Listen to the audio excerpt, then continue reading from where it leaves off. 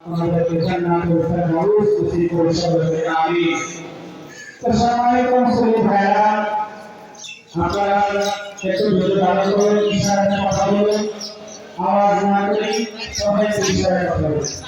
এই দুনিয়া থাকার জায়গা না, যে কথা বলতেছিলাম, যেহেতু আমরা ধনীকেও জন্য এসেছি, মুসাফির যেরকম ভিক্ষা করতে করতে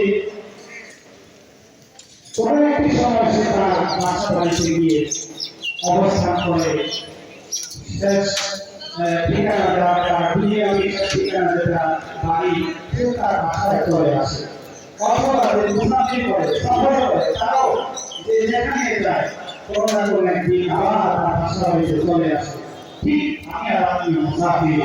এই দুনিয়াটা হলো কঠিন করে, এই দুনিয়াটা হলো মুসাফির না, মুসাফিরের ন্যায় একদিন আপনাকে আমাদের একদিন গন্তব্যস্থল সেই শেষ ঠিকানা কবর আগুনে বরজখ কবরে দিতে হবে।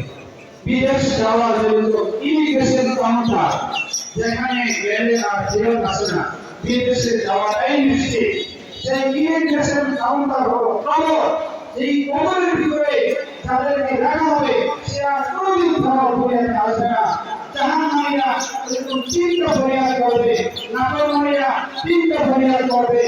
এক নাম্বার হলো রব্বুল আলামিন আমাকে একটু আযাব কম দেওয়া, একটু সুযোগ দেন, মাসে হোক বা যে কোনো সময় হোক আপনি একটু সময় সুযোগ দেন, যাতে করে এই সুযোগ আমি একটু স্বস্তি বিশ্বাস ফেলতে পারি। তখন জাহান্নাম দেওয়া হবে না, একটু তোমাকে বিস্তার দেওয়া হবে না, তোমাকে আযাব ভোগ করতেই হবে। তারপরে আমার জাহান্নামী ওই নাফরমান বান্দা আবার বলবে, রব্বুল আলামিন তুমি আমাকে কখনো বিস্তার নাই দেন, তাহলে আমার এই আযাবটা একটু হালকা করা সুযোগ করে দেন, যাতে করে আমি একটু স্বস্তি বিশ্বাস ফেলতে পারি। তখন আল্লাহ রব্বুল আলামিন বলবে, না একটু হালকা করা হবে না, সব কিছু ছেড়েই আপনাকে আমাকে যেতে হবে।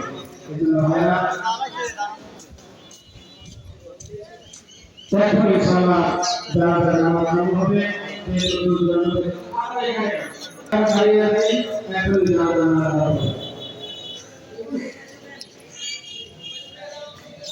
জামাতের দাওয়াতি মেহমান আজকের এই ইসলামী মহাসভার প্রধান আকর্ষণ তিনি ইতিমধ্যেই চলে আসবেন। এখনই জানাজার নামাজ হবে।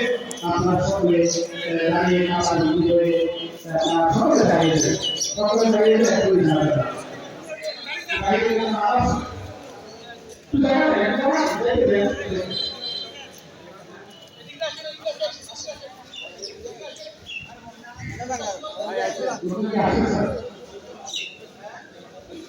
পিছনে একটা মনে লেগে থাকবে, হাত করে দেখা না, আমার মাত্র 40 টাকা লাগছে।